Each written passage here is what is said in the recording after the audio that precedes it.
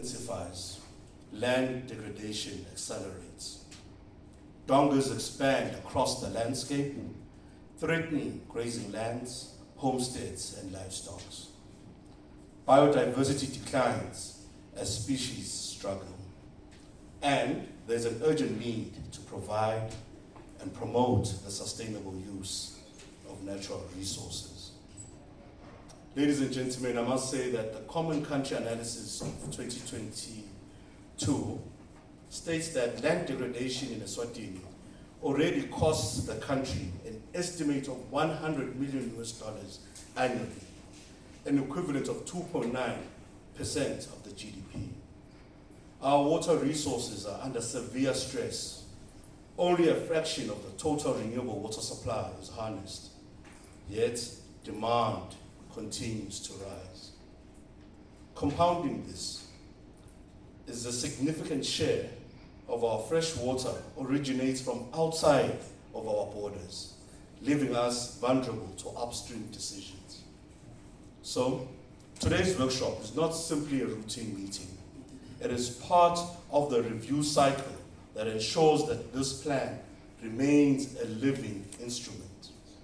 Our objectives are threefold.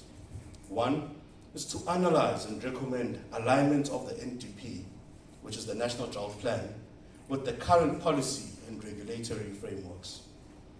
Two, to update the action plan to reflect current conditions.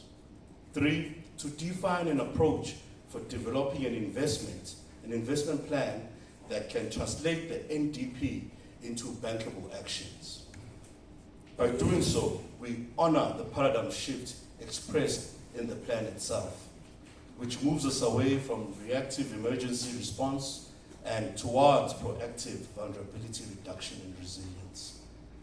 A central element of this is the development of a drought financing portfolio. Ladies and gentlemen, I know for many the term risk financing may sound abstract. In essence, it refers to a suite of instruments and mechanisms that mobilize and channel resources before, during, and after droughts. It encompasses domestic budget allocations, other specialized national funds, contributions from state-owned enterprises, innovative partnerships with banks and insurers, and access to international climate and environmental finance.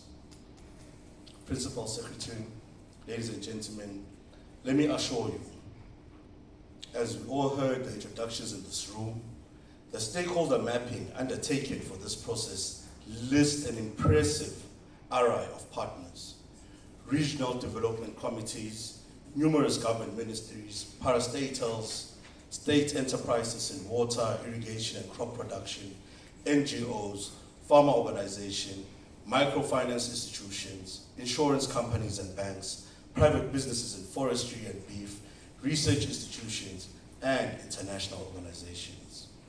Each has a role to play, from policy direction and adaptation strategies to ensuring consistent water availability to supporting community development initiatives.